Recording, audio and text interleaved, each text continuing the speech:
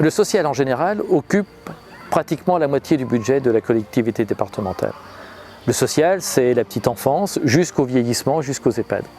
Il y a un sujet qui me tient particulièrement à cœur, c'est le maintien à domicile. J'ai été président de l'association de Saint-Benin-d'Azy quelques années et j'ai pu à ce moment-là toucher au plus près des problématiques de ce secteur. D'abord nos anciens.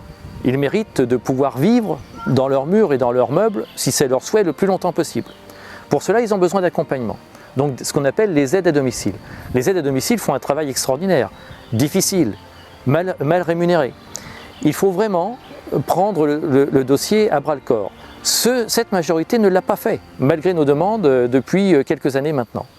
Il faut par exemple savoir qu'en fonction de son lieu de résidence, le reste à charge, une fois l'APA payé, n'est pas le même. Que l'on habite à Saint-Benin-d'Azy, à Donzy, à Château-Chinon ou à Nevers, le reste à charge n'est pas le même. En plus, les pensions de retraite sont souvent très faibles. Et même si ce reste à charge représente quelques euros par heure, c'est bien souvent trop lourd à supporter par nos anciens. Je fais une proposition, l'ANIR Ensemble fait une proposition.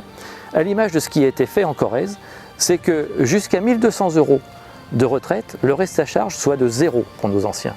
Et au-delà de 1 200 euros de retraite, le reste à charge sera un forfait de 5 euros par heure. C'est une solution qui a été expérimentée en Corrèze et qui fonctionne. Peut-être que la limite des 1 200 euros ne sera pas celle qu'on emploiera chez nous, mais allons voir comment ils ont mis en œuvre ce sujet et voyons si on peut le transposer chez nous. C'est un principe de solidarité qu'il faut vraiment mettre en œuvre parce que nos anciens le méritent bien.